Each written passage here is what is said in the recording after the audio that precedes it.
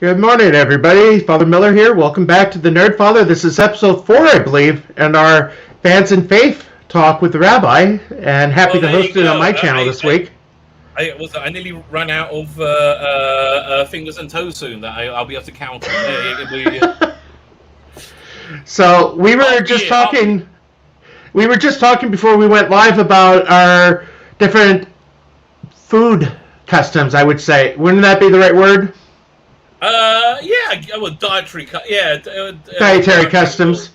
Because as Catholics, we don't eat meat on Fridays, and the Rabbi was mentioning before we went live that it used to be we didn't eat meat on any Friday year-round, and that changed in 1966 when Pope Paul VI issued a decree basically limited it to Fridays of Lent. But if we choose to eat meat on a Friday outside of Lent, we're supposed to do a penance. Okay, and that's up to us what type. I got a lot of questions. What? Okay. Why are they not eating meat on Fridays? What's that? Well, it goes back to Jesus dying on Friday, his sacrificing of his flesh on the cross. So in a way, it's a way that we participate in it by abstaining from meat. So doing a penance. Oh, I see. So He died on a Friday, but the Last Supper was the first night of Passover. Thursday. So how long was he in prison? But how long after that? Actually, that's good because we're coming up to Holy Week. So on this Sunday, it's going to be the busy time of the year for me. So it plays out over the week. So on Sunday, he entered into Jerusalem. Then on Thursday, they anticipated the Passover, so it was the Passover Seder, which is the Last Supper, where we believe he instituted the sacraments of the Eucharist and the priesthood. And after the dinner, they went to the Garden of Gethsemane, and it was there in that area where Jesus was betrayed, taken prisoner by the Romans. On Good Friday morning, a week from today, he went before Pilate and Herod, and that afternoon was crucified. So when we get to so Thursday, the really busy time of the year begins because the idea of the liturgy is one continuous liturgy from Thursday into the Easter Vigil, where we celebrate the resurrection. So it's a very busy time of the year. So what do you do as a penance then? If you eat meat out on a Friday, not in Lent? It depends.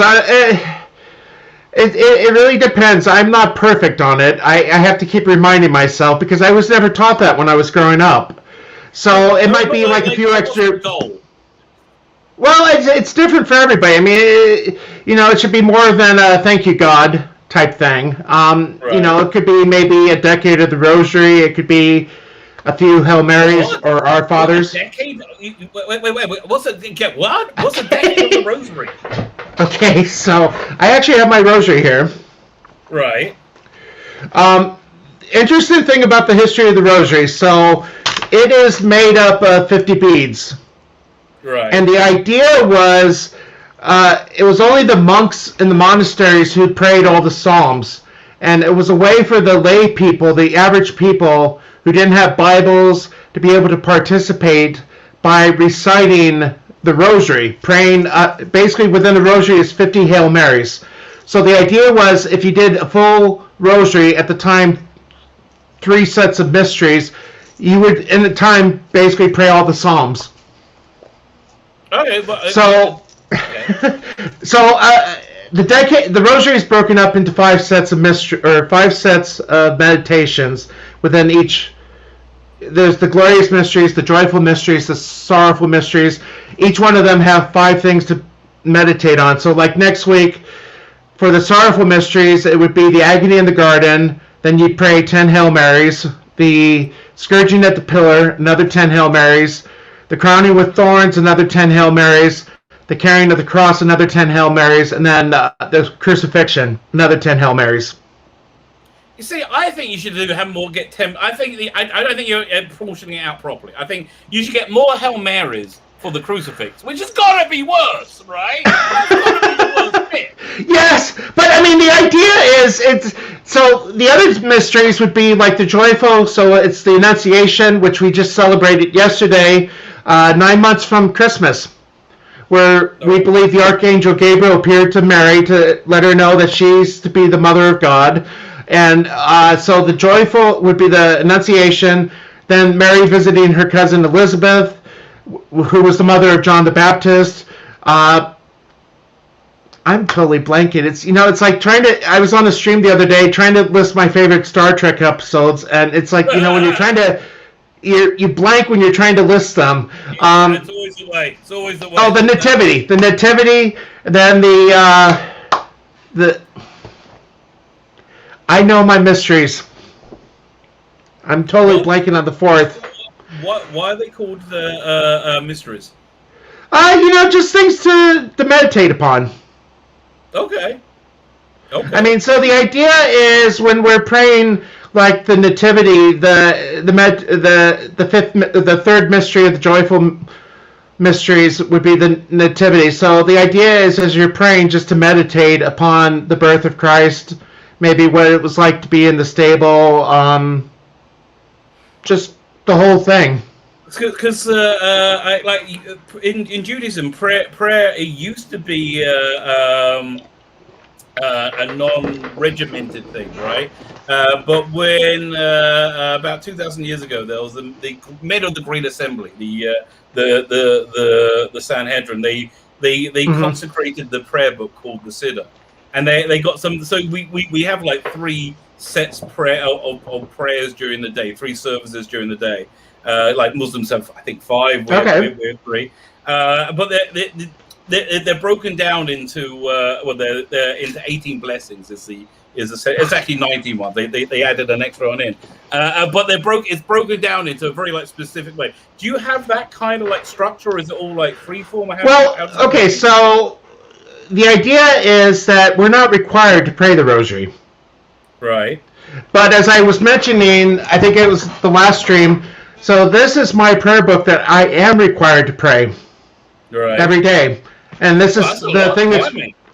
Well, the idea is praying from the rise of the sun to the setting.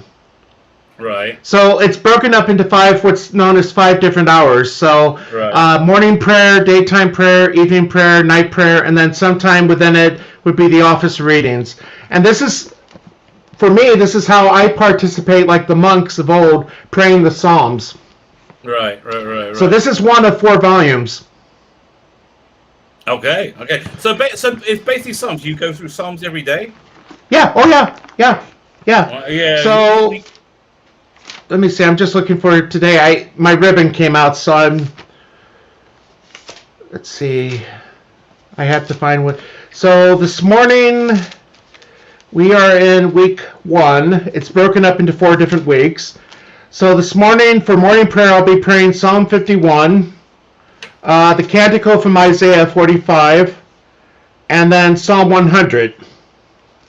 Okay. And then daytime prayer would be Psalm 119, Psalm 26, Psalm 28. And then evening prayer would be Psalm 41, 46, and a canticle from the book of Revelation. Yeah, I should send you this book in English by this woman called Sephora Heller, Reverend Sephora Heller. Probably the most intelligent person I've ever met. Like, she's so incredibly smart. But she's written like a lot of stuff on, as we call it, Tehillim. That really goes into each one in like just insane detail. You will probably like that. Because it goes into the original language. When you are in seminary, do you study the original Hebrew at all, or do you not? It's in when you get to theology, it's an elective. Right. When you go to the seminary, depending on how much college education you have, you either do 2 years of pre-theology for those with a college degree, and that's basically studying philosophy. So like epistemology, metaphysics, the ancient philosophies, and then what we had to do was we took a year of Spanish because we have a huge Hispanic population.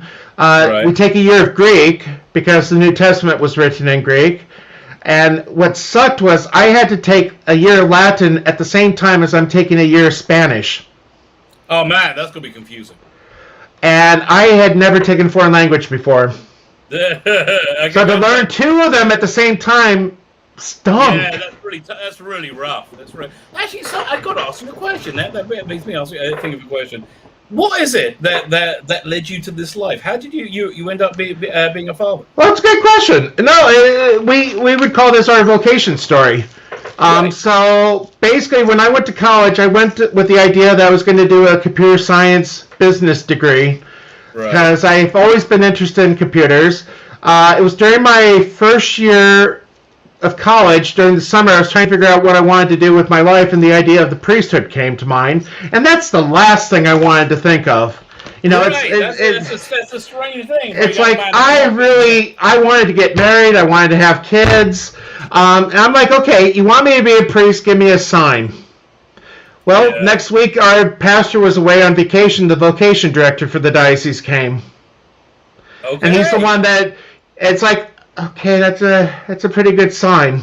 That's a pretty good sign. Yeah, I do. I do other things. I live my life similarly, right? But it would. But I officially didn't enter the seminary until 2002 because I this would be the beginning of my conversion, where I started to take my faith seriously.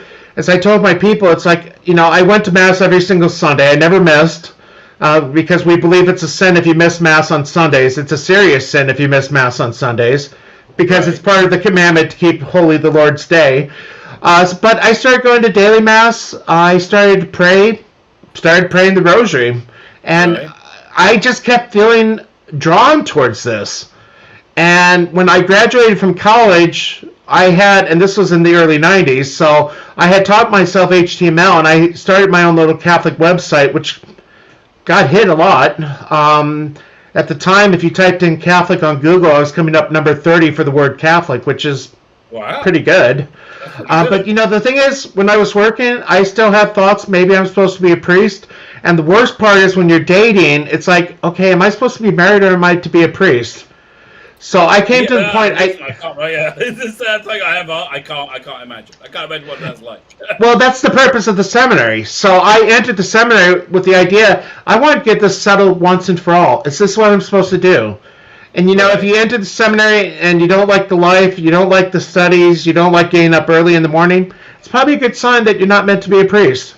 You're right. I saw this great documentary on about an English it was either a monastery or seminary. I can't remember what, but basically the first 6 months when you're an acolyte, is it? How long are you an acolyte for? Well, acolyte is one of the ministries you receive. You get installed into it. It's an office.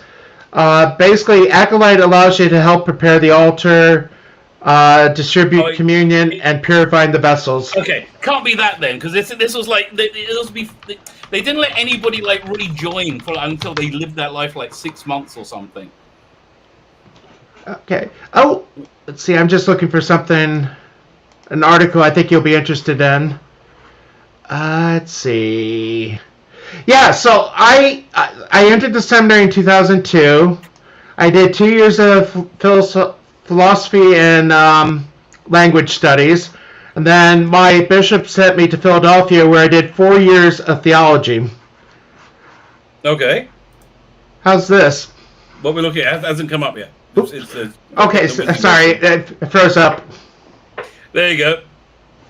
Ex-Manchester United Irish bad boy becomes a priest. Play with David Beckham. You'll find them everywhere. Yeah, I mean, that's the thing that's amazing. You got sports stars that will leave it to enter into the priesthood or religious life. I mean, let me bring up another famous one. Okay, hold on. I'm freezing up again. Well, freezing up, sorry. I'd say this. I imagine if you can measure the happiness quotient that people have in their lives between being a celebrity and then leaving it and becoming a priest, I bet their happiness shoots way up. Right? I bet. It's amazing. We live in a generation which we have more like it's a more. This is we all live like kings essentially in the world right now. As a generation, we live in incredible luxury. There's never been worse mental health.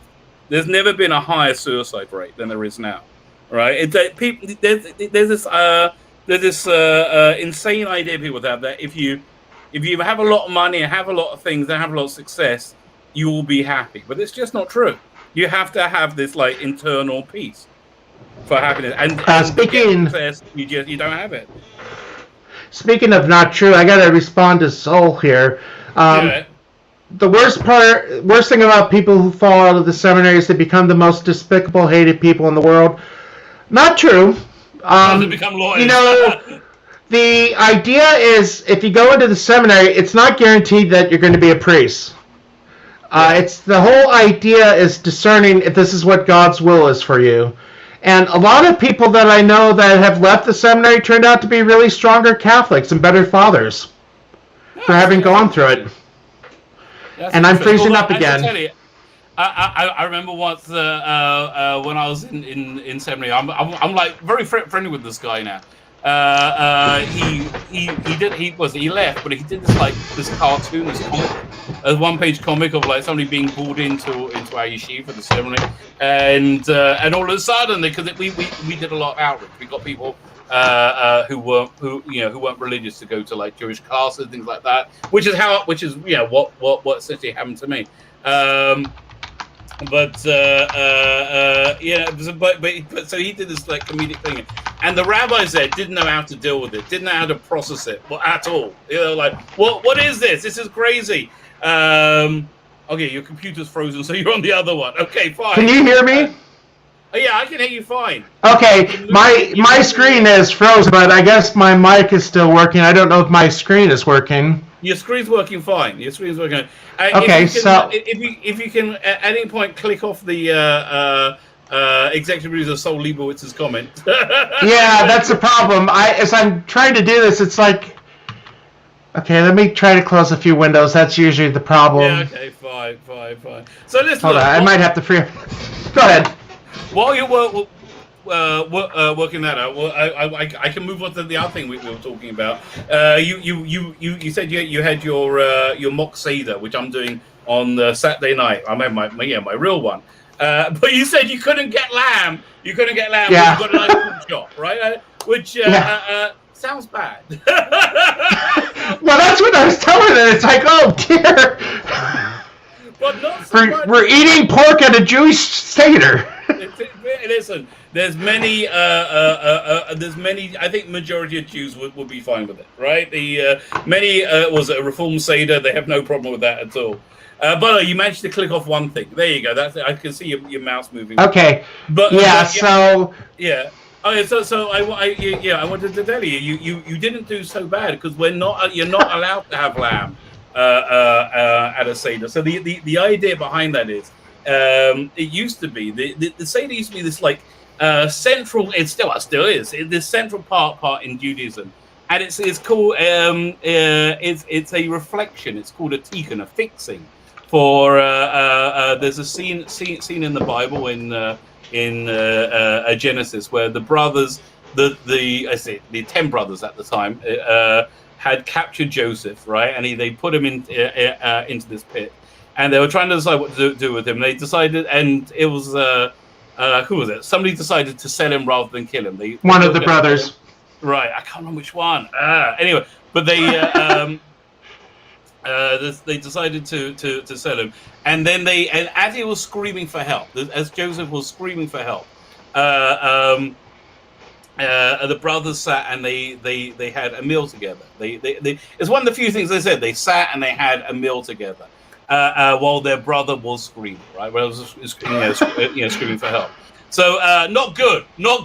So at the beginning of the book of Genesis, there's essentially a question asked. It said, Cain asked Abel, Cain asked God a thing, am I my brother's keeper? Right? Am I my brother's keeper? And at the end of the book of Genesis, Joseph answers that question, right? The whole book is basically a polemic on that. On yes, you are your brother. You've got to care about each other the way care about yourself. So the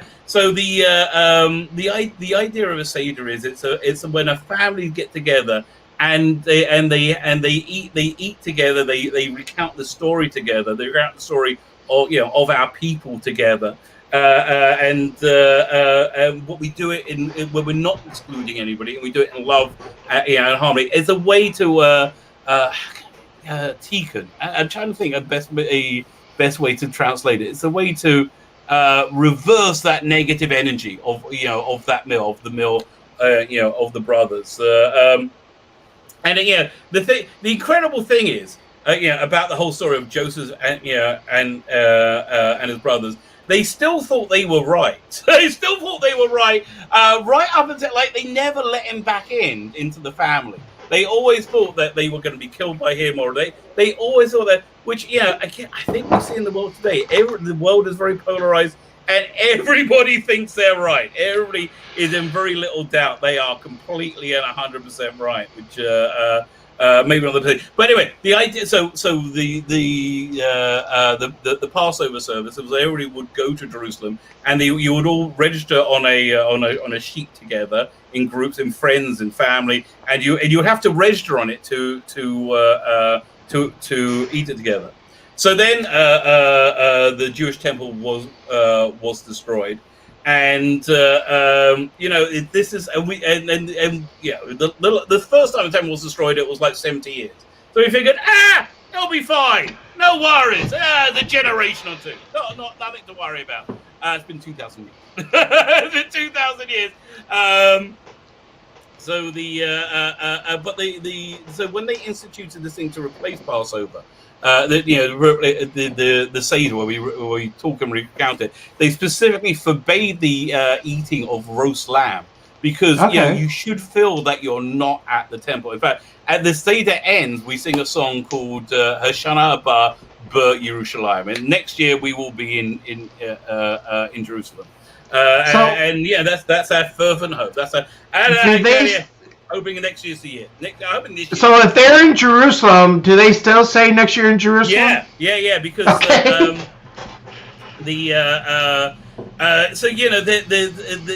there's a disagreement, a divide, I would say, in not so much anymore in the Jewish world. That when is our exile over? Like there's for the first time in a couple of thousand years. In 1948, there's a Jewish presence in this land, the land that God, promised to give us, right? And there's a Jewish army, there's Jewish life in it, on the day of the exile happened, the destruction of the temple, which is called on the 9th of Av. It happens in basically 72 time. Sorry. Oh, 72 AD. Oh, so okay. But I'm saying in August. You read this book of Lamentations. He's called Keynote, and it basically talks about the end of Jewish life, the end of cities and in Israel. And now it's very hard to say those now because you look out your window, you see building and you see life teeming everywhere here. But the definition of our exile begins and ends with the Jewish temple. So even if you're in Jerusalem, even if you're at the Wailing Wall, the last wall, the temple. You still say next year in Jerusalem because we're not in Jerusalem until there's a temple. That's basically that's the idea. And like I said, I really want to get over there. The problem is, if I go on my own, it's so expensive to get over there. Oh yeah, listen, you can always stay by me. You got a place at my house. We have a spare room. You're more than welcome. Oh, thank you. I was going to say, I was looking at the other day, pilgrimages are running at least 5,000. Oh, okay. I can sort you out cheap. Well, here's the thing, though. They know Christians will spend money on it, and if they know Christians will spend money on it, they will charge money for it. They will charge money. 5,000's a lot. I like how the airfare. Well, but it's like a 10-day thing. You're staying in really nice hotels. You have tour groups. It includes admission fees. The airfare is not cheap. Honestly, my wife used to do this thing where she would work out. I mean, she would charge you for it. It's like she would create an itinerary for you. So basically, it was a personalized tour and you just followed the instructions she gave you, and it was much cheaper. How much did she charge? Like $20 a day of planning. Well, that's what I did when I went to Rome. Exactly. So that's how she started it. That's exactly what we did. Well, but the thing was, because I have the American Express card with Sky Miles, and I earned enough miles that I basically paid $100 to go to Rome. That's how much my ticket was. Wow. How long were you there for? I was there for 9 days.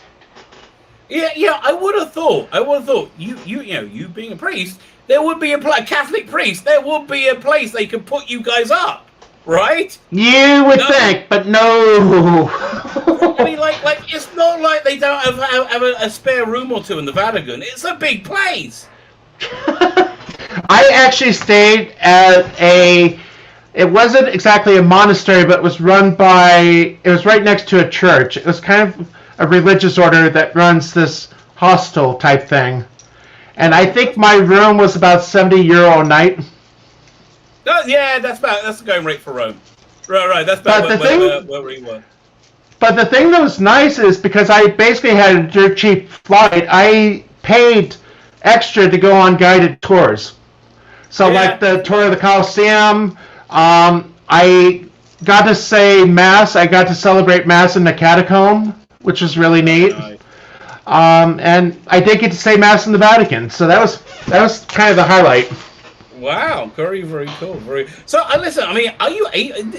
Is there like conventions in the Catholic Church? Like, can you go and go somewhere and the Pope's the speaker? Like, can you get his autograph? That sort of thing. Is that possible? Well, what they're called is papal audiences, and usually they're held every Wednesday at the Vatican. I think they're back now that the restrictions are... Well, Italy's about to lock down again, I think. Yeah, Italy's crazy. Italy's doing really bad. I don't know why. But what you can do, if you're in Rome, you can apply for a ticket to go to the audience. Right. And you probably won't get to shake his hand, but he drives around St. Peter's Square during the summer, greeting the people in his Pope Mobile. That's where John Paul II was shot, and actually this is coming up to the 40th anniversary. Wow. So, why would anybody want to shoot you? I mean, honestly, it just seems like... Well, this is... It was a Muslim radical that shot him. Well, there you go. Don't say that too loudly, you'll be banned. I know. By the way, how quickly that narrative changed after the mass shooting this week, when they're like, it must be an angry white man, and then they said, well, it doesn't really. When they found out his identity wasn't a white guy, they said, well, it doesn't. Let's see. I'm trying to bring up another picture, but before I do that, I just wanted to show what's on the screen right now. Talking about vocations. So this woman, Dolores Hart, was a Hollywood star, and she started with the movie with Elvis and left it to enter the convent. So she's still living. She's been in the convent now for over 50 years. Again, listen, I think people who do this, they generally speaking, it works quite well for them. I think it's a fulfilling life. Let's see. I think this is the image here. Frozen? No, I can hear you. Okay, good.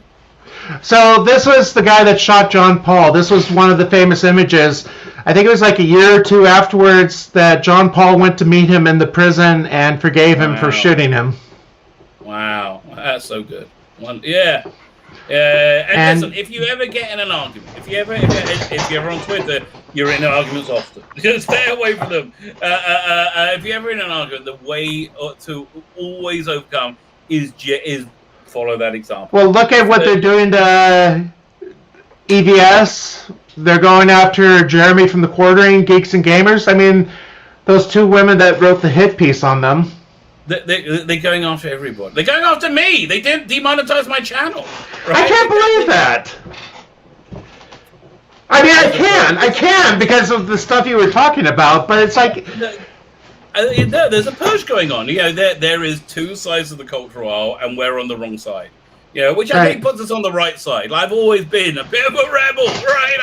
I've always wanted to be on the wrong side of the track, so I kind of fit there. but it's always accurate. Good to see you, Snortopoopas. But it's incredible. Can you imagine them saying about any other skin color, racial type, whatever? It's always the angry black. Can you imagine?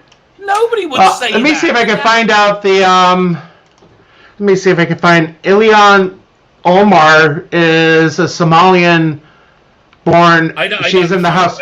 Yeah, she took the cake. I'm trying to find her tweet because she did something comparing the Georgia shooting with the Colorado shooting.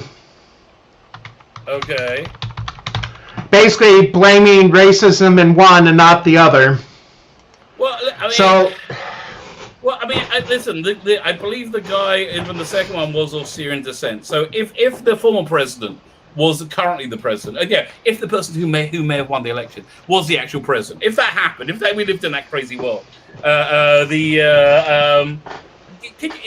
would have 24/7. Well, obviously, this Syrian man is so mad because we've been bombing his country, right? Obviously, no, they're not going to mention it.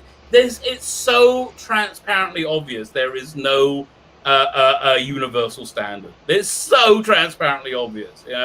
Again, I am hoping that the apocalypse won't happen. I'm hoping. Anyway, I'm hoping that we're going to get to the messianic age with beating up our plows into our swords into plowshares. But if it doesn't, God, this axis of evil, I'm just going to enjoy it going down. And I know I shouldn't, but come on. Well, I think it's Schadenfreude. Isn't that the German word, Schadenfreude? Yes, I do think that we are going to be thinking. I did mention that. So I have an Austrian friend back home, and I mentioned that was one of my favorite German words, and he's like, "That's not very nice." but we're seeing. I know, but we love it when bad things happen to people we don't like. It's not good, but we do. I don't think it's down to having people we don't like. I think if you're a religious person, if you're a creationist, if you're a Bible fearing person, for want of a better word, there's a part of you that likes justice and hates falsehood, right? And the part of you that absolutely hates this wall of lies, this wall of falsehood that we're living in, right? And I think hating it is something that is meritorious. I think it's something that God wants. I think I think if you're not disturbed by this is a great, it was a great little story. You may have heard of it when Pharaoh had the idea to was trying to deal with the Jews, the Israelite problem, right? When Pharaoh was trying to do that, he had three advisors. He had Jethro, he had Bilam, and he had Eov. What's the name? What's that? I can't remember the English name of it. What's Eov? Eov is the book where everything bad happens to this one guy. Job. Okay. Job. Thank you. Fine. So you had Job, you had Bilam, and you have Jethro, Moses' father-in-law. So Jethro's like, he says, "Yeah, we're going to throw the boys into the Nile. That's the plan." So Jethro's like, "No, that's the worst idea ever," and he runs. He runs and he goes because he knows he's going to be killed. He has so Bilam's like, "This sounds awesome! I love this! I love this final solution. We should be doing more of this. This is great. We should keep this in mind for the future." Bilam was totally on board. And Job, his Ramses looking husband waiting about just one place. I had to bring it up because you were mentioning the Egyptians. And Job thinks it's wrong, but he remains silent, right? He remains silent, and and the idea that's why he had all the tragedy brought upon him, because if there is tragedy in the world, if there's tragedy going on, if there's you should scream out. I remember the rabbi of my yeshiva, Rabbi Noach Weinberg, right? He will give these great classes to all of us, especially before the Jewish New Year, which is a big time of repentance and introspection. Yom Kippur? Yom Kippur and Rosh Hashanah, right? There's a 10-day period. We don't do anything quickly. We don't have a 1 day. everything takes too long. But he was like saying, if we hear of there's an earthquake in this country and then hundreds of people in this way, and whenever you hear that, if you don't go, what did I do wrong? Why is God bringing this to the world now? Right? Why is God doing this? And take personal responsibility. But even if it's not yours, if you're not connected to it, you take it, and that's what I think God wants of us, right? I think He wants us to care and connect to one another. Eastern Bookham says, anger about injustice is more sane than being okay about it. You're absolutely, I agree with you. I like justice. People who, go ahead. No, you go. Fine. Oh no! I was going to say that that's not the type of enjoying when bad things happen to. I mean, it feels good. It's like. But you know what? It doesn't. Here's the truth. When people have been bad to you, right, and they do get their just desserts, right? At first, it feels really good. It feels like, I'm vindicated. But then, because you're a person who is attuned to other people's pain, you see their pain. And the reason they are bad to you is because they are not that people. They're people who don't see other people's pain. And that's why God brings pain to them, so they understand what pain is, right? Because you're a good, virtuous person, you think you're going to enjoy it. You think you're going to like it. But when the reality happens, and you see it, you're like, ooh, I feel bad. I will say the one that I'm enjoying right now, and I think a lot of people in our country are enjoying, is what's happening to Governor Cuomo in New York. Oh, I don't know how much of that you followed. Oh yeah, he's over. One of my many routes for the end of days, right? Of like what's stopping him just splabbing everything, saying, "Yeah, we stole the election," and just like say, give him everything, and just throwing everybody under the bus, right? But, the thing that drives me nuts about him, and part of the reason I'm enjoying this downfall, and hopefully it will be a downfall, is there's 2 bills that he passed, just to show you how asinine it is. He allows abortion up to the moment of birth. Yeah, it's disgusting. But he also passed a bill basically banning declawing your cat. What? Really? Yeah. So if a cat, okay, fine. So you can kill babies, no problem. Yeah. No problem. But heaven help you if you declaw your cat. Yeah, as long as there's a umbilical cord. I think if the umbilical cord's still attached, it can still be called an abortion. And like, how much more clearly murder does it have to be? Yeah. This is so. It's been 4 years. When I taught high school, I was able to go to the big march in D.C. every year on January 22nd, basically protesting abortion. It's going from the White House to the Supreme Court, and right. I'm hoping to be able to go to that next year if it's able to happen. It's always been a fun trip because it's a 24-hour bus ride from where I'm at to get to D.C. So 24 hours on the bus with about 50 teenagers. Wait, that was the march where the Covington kids made a lot of money, as it turned out, right? Well, that was the march where the Covington kids were basically accused of. Yeah, that happened at that march. Right. It worked out pretty well for them. How much did CNN have to pay them? Yeah. The Lord moves in mysterious ways, but sometimes fine. Yeah, again, it's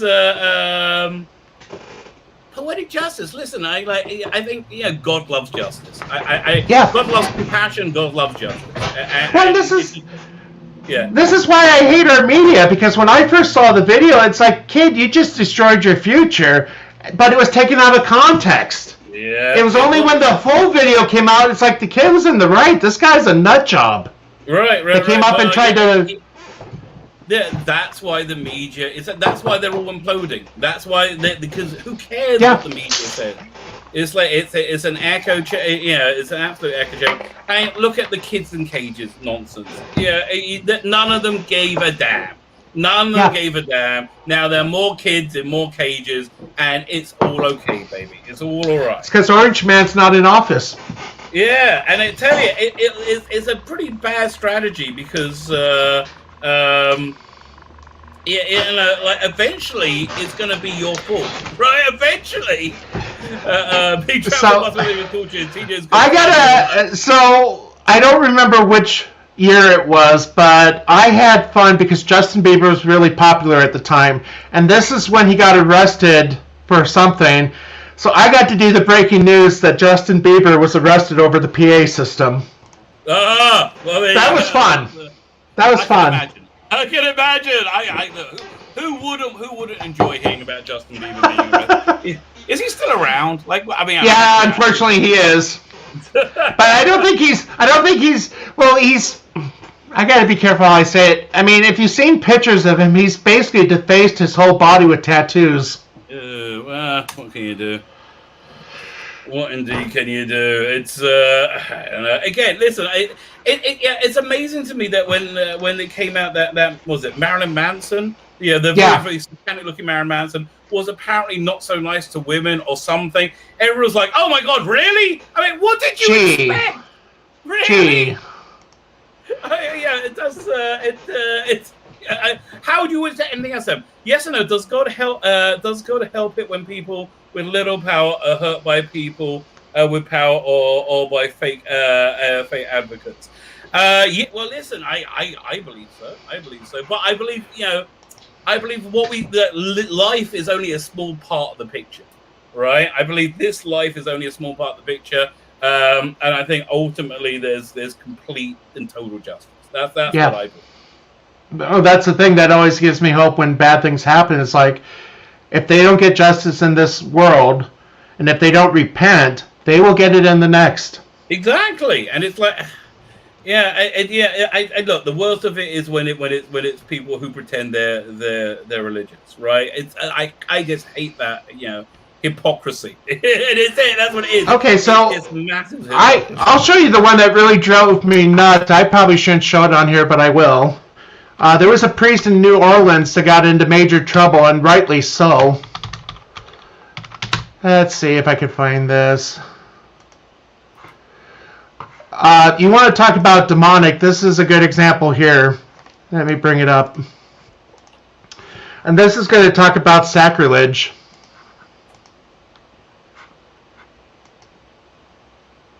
Whoops.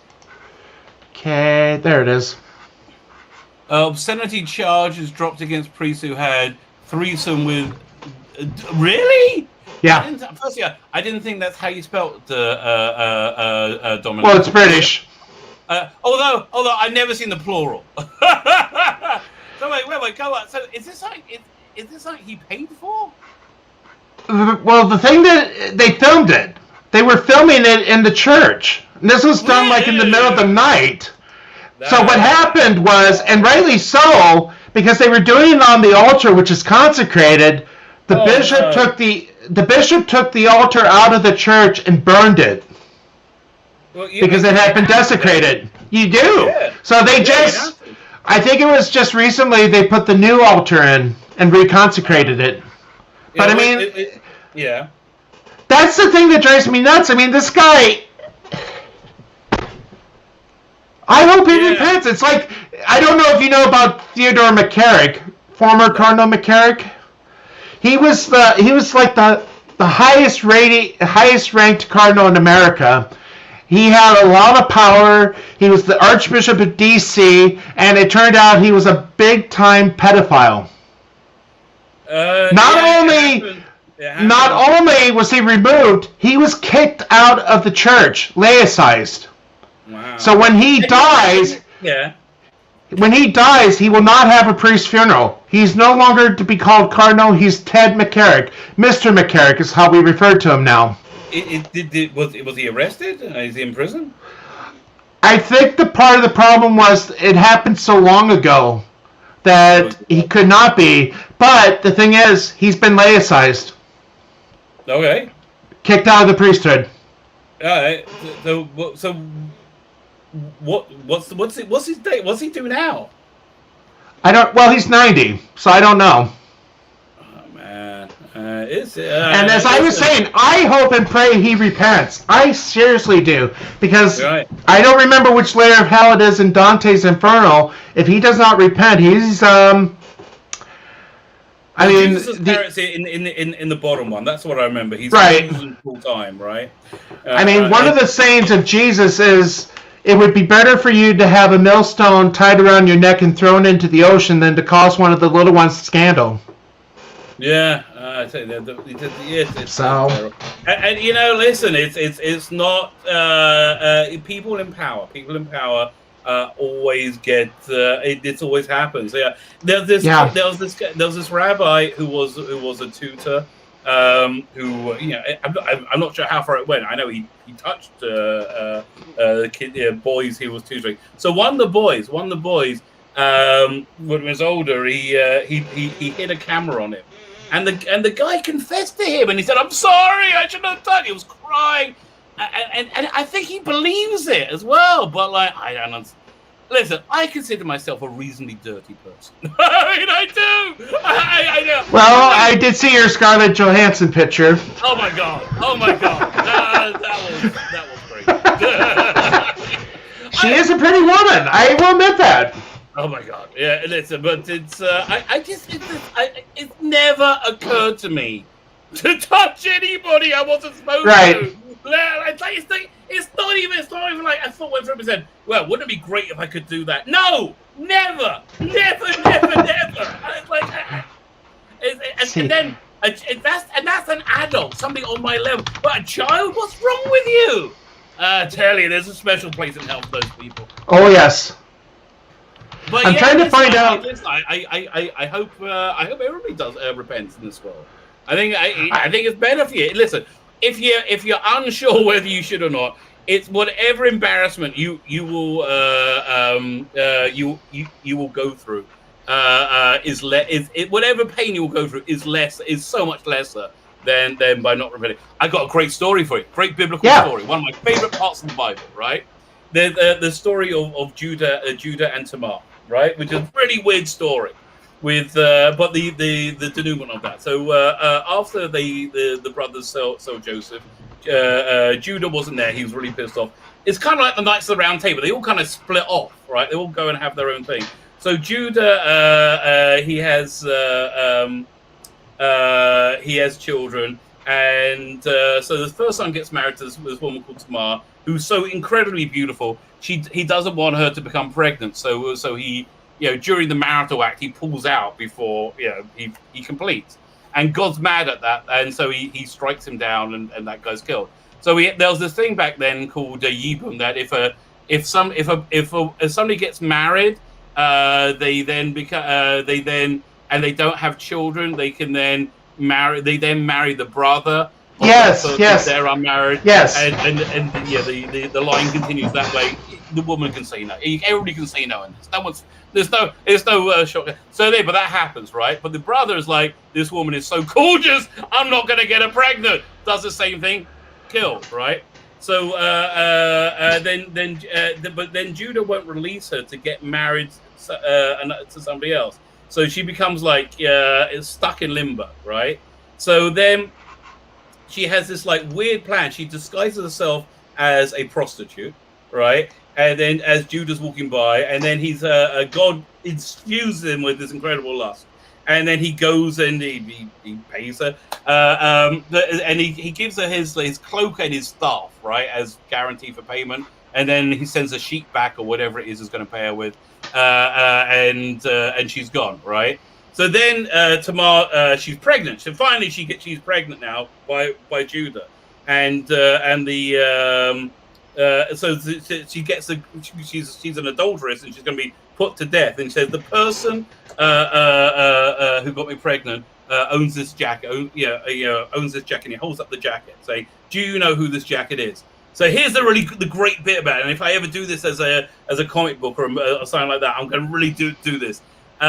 It was Judah who holds up Joseph's coat of many colors that's covered in blood to Isaac, right? To Isaac, and he says, he uses exactly the same words. Do you recognize this cloak, right? And so you would have thought he's lost two sons, right? He's lost two sons. After he loses the first one, maybe the second one, that he says, I know the pain of losing a son. I can't let my father go through that pain for another second longer. So I'll go and look for him for the rest of my life, right? He doesn't do it. Mm-hmm. He doesn't do it. So then he's in this situation. She's holding up the jacket using the exact same words he knows what's going on, right? And he also knows if he steps up and he admits it, it's going to be crushingly embarrassing. It's going to be the most humiliating thing ever. And he still does it. And knowing that I have to do the right thing. And it's because of that. Because of the line. I know, me too. It's because of that the leadership, the kingship of the 12 brothers of the Jewish people goes through Judah, because he made that decision to repent no matter what the consequences are. Right remains right. That's a great little story. It's one of my favorite ones. I was going to share. There was a movie with Scarlett Johansson. Actually, it's one I haven't seen in a long time. Story. I have to tell you, it's already beat my story. You said a movie with Scarlett Johansson. It's already good. Have you seen this one? Oh no! I've always wanted to see that. This is. It was good. It's black and white. But isn't it based on one of the books of the prophets or something? I don't know. A lot of their movies are. One of them was the Coen brothers. Jonah. Yeah, Coen brothers. So but I mean, look at the cast. Yeah, it's probably been 20 years since I've seen it, so I'm a little rusty on it. But if I remember, Billy Bob gets accused of a crime he did or something. Like I said, I've only seen it once. I just remember really liking it, and I don't remember the whole plot. Okay, I'll check it out. But I like it, and I want to see it again. Okay, Scarlett Johansson was in it. It was one of her first roles, I think. I think she was. This came out. Let me see what year that was. 2001. So, okay. The plot follows. Let me see if it came up here. Yeah. Okay. So, a chain-smoking barber, he plans to blackmail his wife's boss and lover for money to invest in dry cleaning. Okay. But I mean, it had Tony Shalhoub from Monk. It had Billy Bob Thornton, Scarlett Johansson, James Gandolfini. I can't say it. Gandolfini. But I mean, thank you. Tony Soprano in the. You ever saw The Sopranos? Fantastic. But I mean, okay, so Coen won the Best Director at the Cannes Festival. Right. I just really enjoyed it. Like I said, it's been probably 20 years since I've seen it. It's a great movie. They're great directors. So I can understand you liking it. It's one of the few ones of theirs that I haven't seen. So, but there's another one. There's another movie that I get mixed up with this because it has the same title, and I'm going to bring that up. And this is a World War II movie, and it's actually a true story. Right. It had Clifton Webb in it. I have no idea who that is. Okay, no idea. Movie star. Basically, this is about Operation Mincemeat, where the British tried to deceive the Germans into thinking that they're going to invade Sicily when they actually invaded another place. So they had a dead man, they dressed it up in a military uniform, they planted fake documents basically trying to convince Hitler, I hope I can say that name, the German man, into thinking they're going to invade another place when they are actually going to this place. And it's basically the story of how they did it. Okay. It's a really good movie. I mean, it's so according to this, it came out in '56.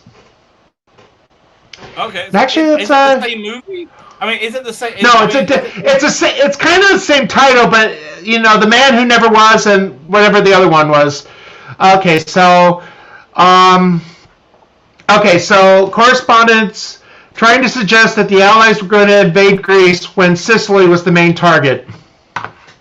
Okay. And they succeeded. They succeeded in deceiving the Germans. Okay. Listen, it's a good plan. It was a good plan. Oh man, okay. I was going to say, I have to go soon. It's coming up to about an hour, so.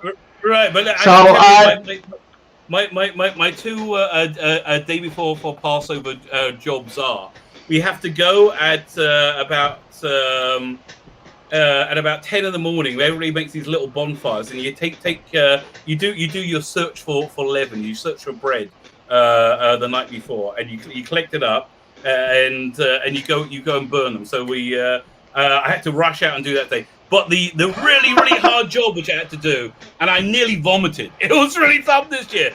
As part the Seder, you have like bitter herbs, and the one I grew up having was grated horseradish. So I try and grate it as close to the Seder as possible so it stays sharp. So my wife got these massive horseradish roots.